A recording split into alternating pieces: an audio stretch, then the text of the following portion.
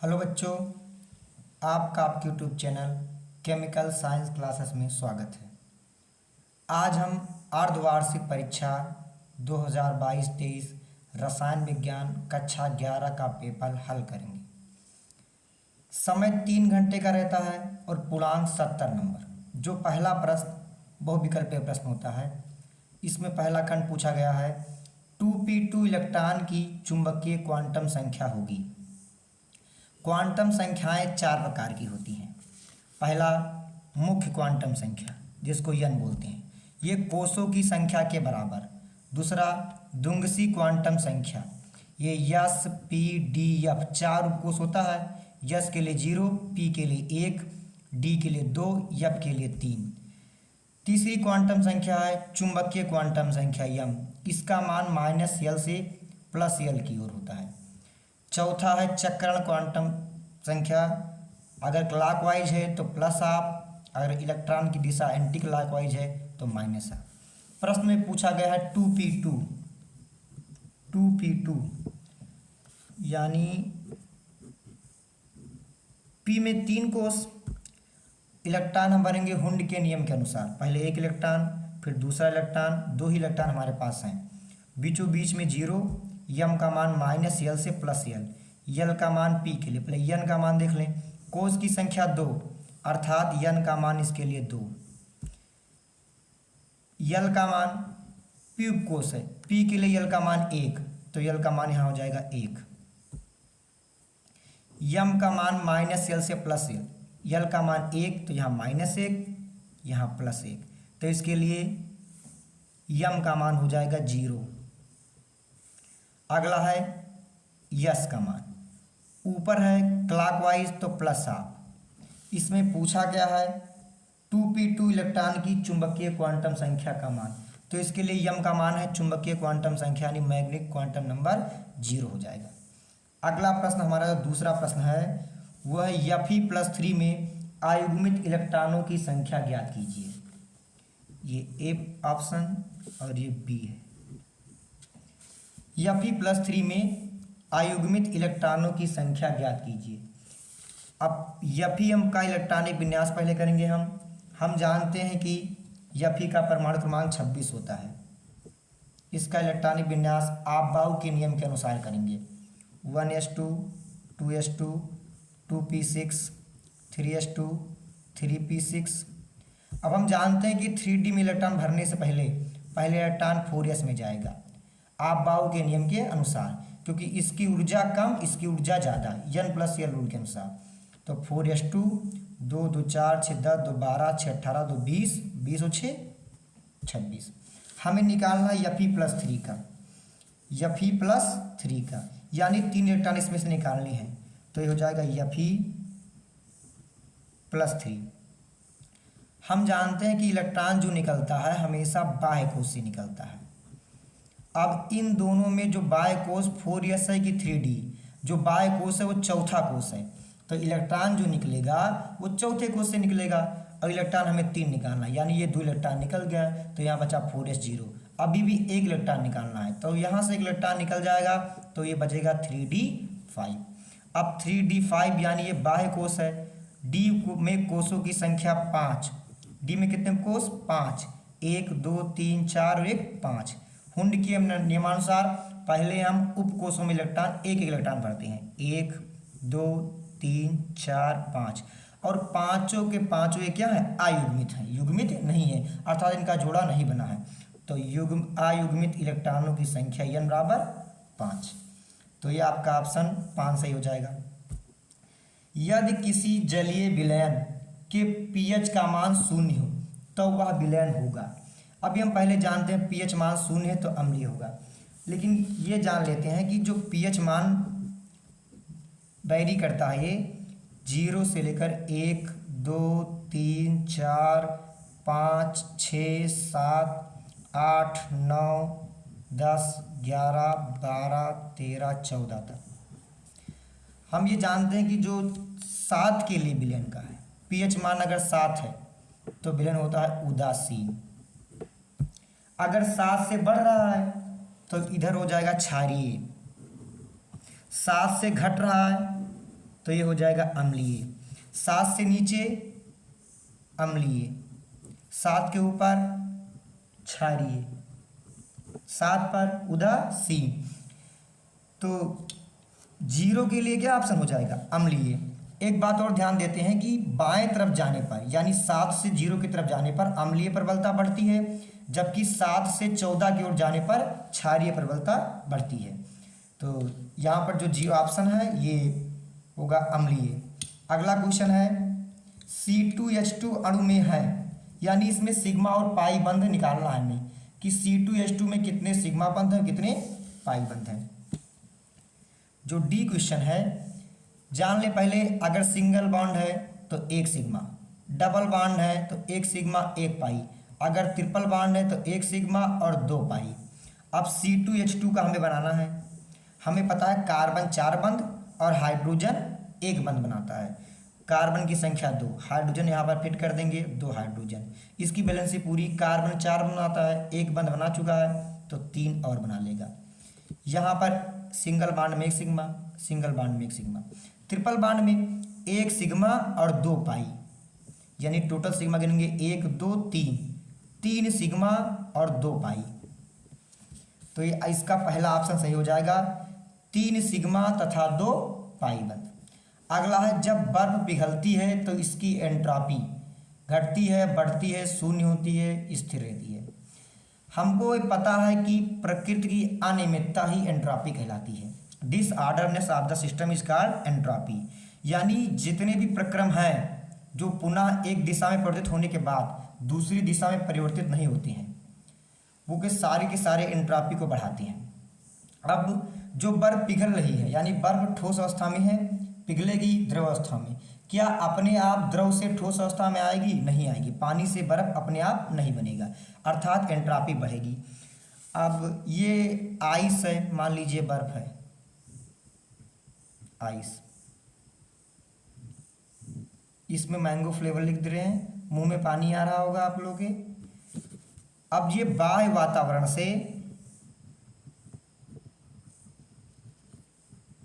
उष्मा लेगा, उष्मा का अवशोषण करेगा,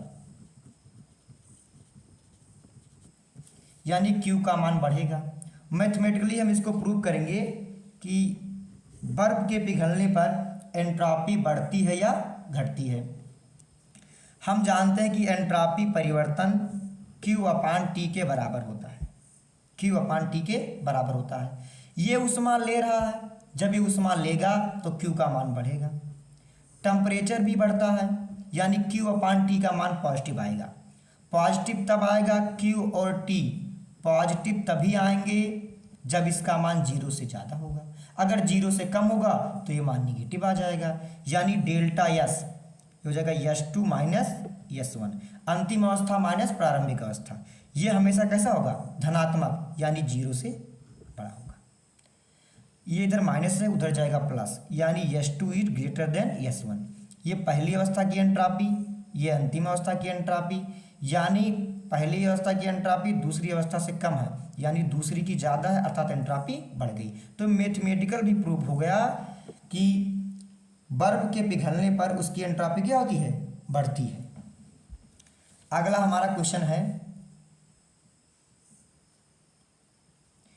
A, B, C तथा D 4 विलयन के pH मान 8.5, 3.5, 4.5 तथा 7.5 है।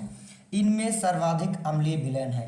ये क्वेश्चन हम पहले लगा चुके हैं कि 7 पर उदासीन, बाएं तरफ जैसे हम जाएंगे अम्लीय प्रबलता बढ़ेगी, दाहिनी तरफ जाएंगे तो क्षारीय प्रबलता बढ़ेगी।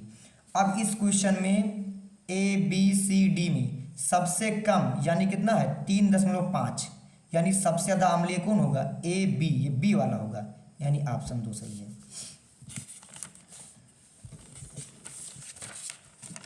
अगला क्वेश्चन हम हल करेंगे। इसमें पूछा जल का आयनिक गुणनफल क्या है, इसका 25 डिग्री सेल्सियस पर मान लिखिए। जल का आयनिक गुणनफल, यानी जल में जो घोलते हैं तो जल का जो आयनिक गुणनफल होता है, विलयन को H+ और OH- की सांद्रताओं का जो गुणनफल है, यही कहलाता है आयनिक गुणनफल। अब जो हमसे पूछा है H2O का पूछा है, जल का पूछा है, तो H2O यानी H और OH मिलके क्या बनाता है, जल। इसको जब तोड़ेंगे तो H प्लस में टूटेगा और OH माइनस में। हमें पहले से पता है कि जो जल होता है ये अम्ल और क्षार दोनों की तरह बिहेव करता है, क्योंकि H प्लस भी देता है और OH माइनस भी देता है। इसका दूसरा क्वेश्चन पूछा है, तो ये क्वेश्चन तो हो गया है, विलयन में H प्लस और OH माइनस दोनों की सांद्रताओं का गुणनफल क्या कहलाता है, आयनिक गुणनफल कहलाता है। अब इसमें पूछा 25 डिग्री सेल्सियस पर इसका मान ज्ञात कीजिए। जो 25 डिग्री सेल्सियस पर आयनिक गुणनफल का मान होगा H plus concentration OH minus concentration, ये हम पहले ही पढ़ चुके हैं pH मान में। इसका मतलब 1 × 10⁻⁻14। इसी को लिखते हैं वाटर का KW, 1 × 10⁻⁻14। ये 25 डिग्री सेल्सियस ताप यानी मानक ताप पर नियत रहता है इसका मान। जैसे जैसे हम ताप बढ़ाएंगे इसका मान बढ़ता चला जाएगा। यानी स्थिर ताप पर या 25 डिग्री सेल्सियस ताप पर जो जल का आयनिक गुणनफल होता है वो होता है 1 × 10⁻⁻14। अगला जो प्रश्न है वो है हाइड्रोजन आबंध। हाइड्रोजन आबंध की परिभाषा लिखिए। हाइड्रोजन आबंध हाइड्रोजन और कोई अन्य विद्युत ऋणात्मक परमाणु के बीच जो बंध बनता है उसे कहते हैं हाइड्रोजन आबंध। हाइड्रोजन आबंध एक प्रकार से समझिए कि ध्रुवीय बंध है, सहसंयोजक बंध। ये दो प्रकार का होता है, एक होता है अंतराणुक हाइड्रोजन आबंध, एक होता है अंतःअणुक हाइड्रोजन आबंध। जैसे ये H परमाणु है और ये F है, हाइड्रोजन फ्लोराइड। यहाँ फिर HF, फिर FH, FH। अब इसमें F जो है ये निगेटिव होगा। निगेटिव इसलिए होगा क्योंकि इसकी विद्युत ऋणात्मकता बहुत ज़्यादा है, तो ये सहसंयोजक बंध है यानी 50% की साझेदारी है, लेकिन ये इसके इलेक्ट्रॉन को खींच लेगा क्योंकि इसकी इलेक्ट्रॉनिगेटिविटी ज़्यादा है। तो इस पर कौन सा चार्ज माइनस, इस पर कौन सा चार्ज प्लस, इस पर कौन सा चार्ज प्लस, इस पर कौन सा चार्ज माइनस, सेम चार्ज ऐसा होता चला जाएगा। तो इस माइनस और इस प्लस के बीच अट्रैक्शन होगा, इसी अट्रैक्शन को कहेंगे हाइड्रोजन आबंध। यानी हाइड्रोजन तथा कोई अन्य विद्युत ऋणात्मक परमाणु जैसे ऑक्सीजन, फ्लोरीन, नाइट्रोजन के मध्य जो बंध बनता है उसी को बोलते हैं हाइड्रोजन आबंध। कितने प्रकार के होते हैं, दो प्रकार के। अगर एक ही परमाणु के बीच हो तो इसे अंतःअणुक हाइड्रोजन आबंध, अगर दो परमाणु के बीच हो, दो अणुओं के बीच हो तो उसे कहेंगे अंतराअणुक हाइड्रोजन आबंध। यहाँ पर देखिए एक परमाणु, दो अणु, तीसरा अणु, चौथा अणु, कई सारे अणुओं के बीच हो रहा है तो उसे बोलेंगे अंतराअणुक हाइड्रोजन आबंध। ऐसे एक ही परमाणु के बीच हो जैसे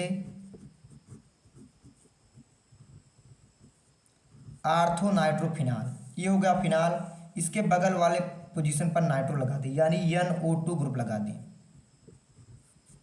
अब हम जानते हैं कि O क्या है, निगेटिव, इस पर कौन सा चार्ज माइनस, इस पर कौन सा चार्ज प्लस, और ये जो आंशिक बंध बनेगा इसे बोलेंगे हाइड्रोजन आबंध। कौन सा आबंध, हाइड्रोजन। ये एक ही परमाणु के बीच बन रहा है तो इसे बोलेंगे अंतःअणुक हाइड्रोजन आबंध। ऐसे आर्थो हाइड्रॉक्सी सैलिसिल एल्डिहाइड, इसमें भी जो बंध बनेगा ये कौन सा बंध बनेगा, हाइड्रोजन आबंध। अगला जो क्वेश्चन है, निम्नलिखित ऑक्साइडों को उनके बढ़ते हुए अम्लीय लक्षण के क्रम में लिखिए। ZnO, Na2O, P2O5 और MgO। हम जानते हैं कि अम्लीय प्रबलता आवर्त में बाएं से दाएं यानी आवर्त में बाएं से दाएं जाने पर बढ़ती है और वर्ग में ऊपर से नीचे जाने पर घटती है। यहाँ पर क्वेश्चन में दिया है सोडियम, मैग्नीशियम, पोटेशियम, यानी सोडियम तीसरे आवर्त का sodium magnesium, aluminium, silicon, phosphorus, sulphur, यानी सोडियम, मैग्नीशियम और फास्फोरस हमें मिल गया। तो हम पहले लिख देंगे सोडियम Na2O2, फिर MgO, फिर P बाद में आ रहा है तो P2O5, यानी ये लगातार बढ़ेगा। अब जो बीच में बचा, ये बचा है ZnO। अब ZnO और MgO और Na2O2 को कंपेयर करेंगे। जो Zn है ये D ब्लॉक का तत्व है और इसका D आकार छोटा होता है, जिसके कारण इसके अम्लीय प्रबलता बढ़ जाएगी। तो ये P2O5 से तो कम होगा, लेकिन Na2O2 और MgO से ज़्यादा होगा। तो हो जाएगा ZnO और P2O5। तो ये अम्लीय प्रबलता का बढ़ता हुआ क्रम होगा। अगला क्वेश्चन है, किसी तत्व के 3D तथा 4s उपकोष में क्रमशः 9 तथा 2 इलेक्ट्रॉन हैं। तत्व के D उपकोष में इलेक्ट्रॉनों का वितरण कीजिए। 3D में कितने इलेक्ट्रॉन हैं? 9 इलेक्ट्रॉन हैं। ये दूसरे का D क्वेश्चन है। और 4s में कितने इलेक्ट्रॉन हैं? 2। हुंड के नियम अनुसार अब हम पहले इलेक्ट्रॉन 4s में भरेंगे। सबको पता है हुंड के नियम, आप-बाऊ के नियम के अनुसार कि पहले 4s में इलेक्ट्रॉन जाएगा, फिर D में जाएगा। हुंड के नियमानुसार पहले इलेक्ट्रॉन 1, फिर जब 1 भर जाएगा तब दूसरा इलेक्ट्रॉन, ये 4s और 2 इलेक्ट्रॉन। D में 5 का छक 1 2 3 4 5, पहले इलेक्ट्रॉन 1 है। D में कितने इलेक्ट्रॉन? 9, 1 2 3 4 5 6 7 8 9, यानी 4s2 3d 9। ये इलेक्ट्रॉनिक विन्यास है कापर का, जिसका होता है 29, 4s2 3d 9। बता तो दिया हमने, हुंड के नियमानुसार भर दिया है, लेकिन जो कापर है ये इलेक्ट्रॉनिक विन्यास शो नहीं करता, क्योंकि हम पढ़े जो D कक्षक का अर्धभरा और पूर्ण भरा कोष ज़्यादा स्थायी होता है, ना तो अर्धभरे से ना तो पूर्ण भरे से। अब पूर्ण भरा अर्धभरा क्या है? D में कोषों की संख्या, उपकोषों की संख्या 5। अब 1 इलेक्ट्रॉन हो जाए तो अर्धभरा और 2 इलेक्ट्रॉन हो जाए तो पूर्ण भरा। तो ये 1 इलेक्ट्रॉन आराम से चुपके से यहाँ पहुँच जाएगा और ये हो जाएगा 4s1 और 3d 10। तो 2 2 4 2 6 और 2 8 और 2 10, इलेक्ट्रॉन एक ही की भरा है, फिर दोबारा इलेक्ट्रॉन की क्या होगी? पेयरिंग, हुंड के नियमानुसार, और ये होगा 3d 10, 4s1 3d 10। अब इलेक्ट्रॉन 4s2 होना चाहिए, लेकिन जो पूर्ण भरा कोष होता है वो ना पूर्ण भरे कोष और ना ही अर्धभरे कोष से ज़्यादा स्थायी होता है, इसीलिए इलेक्ट्रॉन यहाँ से जंप कर गया। अगला क्वेश्चन है तीसरा का A, दीर्घाकार आवर्त सारणी की 4 विशेषताएं लिखिए। तीसरा क्वेश्चन है तीसरा का A, दीर्घाकार आवर्त सारणी की विशेषता लिखिए। पहला, इसमें 7 छेदित पंक्तियां हैं जिसे आवर्त कहा गया, यानी आवर्त की संख्या कितनी है? 7। ये पहला पॉइंट हो गया। दूसरा पॉइंट हम लिख सकते हैं, इसमें 18 ऊर्ध्वाधर कॉलम है जिन्हें क्या कहा गया? समूह, यानी समूह की संख्या कितनी है? 18। इससे पहले जो आवर्त सारणी आई थी उनको परमाणु भार के बढ़ते क्रम में रखा गया, इसे परमाणु क्रमांक के बढ़ते क्रम में रखा गया, परमाणु क्रमांक के बढ़ते क्रम में रखा गया है। यानी किसी तत्व का मेन लक्षण क्या है? परमाणु क्रमांक, यानी तत्वों के भौतिक रासायनिक गुण उनके परमाणु क्रमांक के क्या होंगे? आवर्ती फलन होंगे। आगे इलेक्ट्रॉनिक विन्यास करने के लिए, इनको अच्छे से समझने के लिए इनको 4 भागों में बांटा गया, 4 ब्लॉक में बांटा गया। वो 4 ब्लॉक हैं S block, P block, D block और F ब्लॉक। समान जो तत्व हैं जिनके इलेक्ट्रॉनिक विन्यास समान है उन्हें एक साथ रखा गया। ये 4-5 पॉइंट हो गए हैं, आगे आप बढ़ाना चाहें तो बढ़ा सकते हैं, लेकिन 4 ही पॉइंट पूछा था। अगला है द्रव्य अनुपाती क्रिया का नियम की व्याख्या कीजिए। द्रव्य अनुपाती क्रिया का नियम क्या है?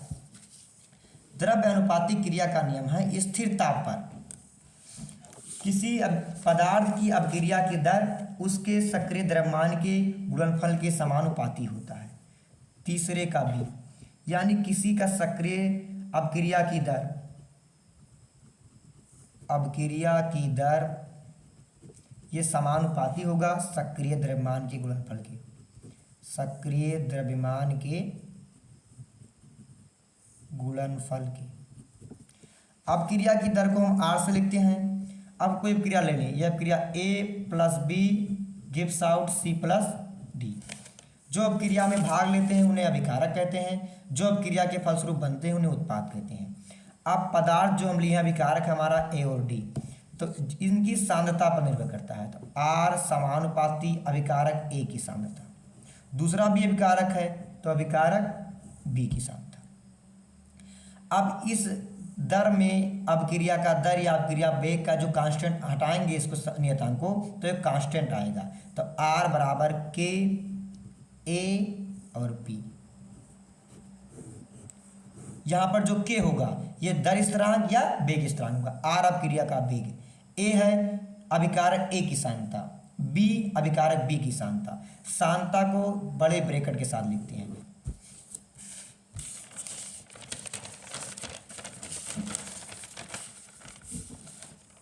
अगला जो हमारा प्रश्न है ये है आदर्श गैस की विशेषताएं क्या है। आदर्श गैस ये चैप्टर से कट गया, जो नया सिलेबस बना इस बार उसमें ये नहीं आएगा, ये प्रश्न पूछा नहीं जाएगा। अब जो अगला प्रश्न है H2S2O8 में सल्फर की ऑक्सीकरण संख्या ज्ञात कीजिए। H2S2O8 इसकी हम ऑक्सीकरण संख्या बनाते हैं H2S2O8।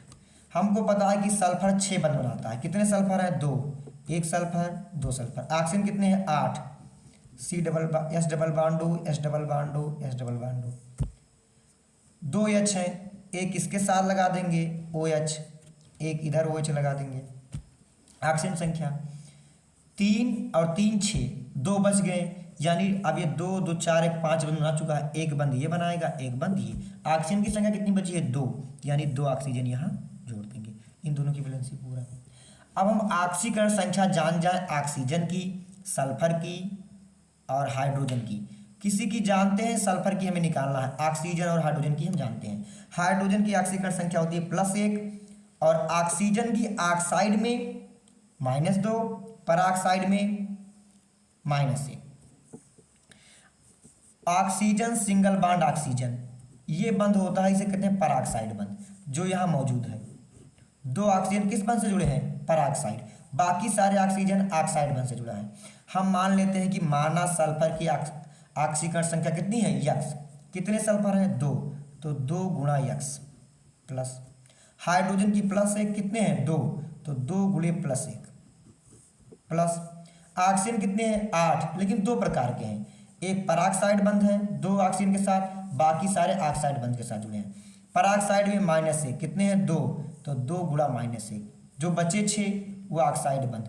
2 गुणा -6 बराबर 0। 2x ये +2 और ये -2, 2 छक 12, -12 बराबर 0। +2 -2 कट गया, -12 उधर जाएगा +12। 2x बराबर 12, x बराबर 12/2 यानी 6। इसकी ऑक्सीकरण संख्या आ गई +6।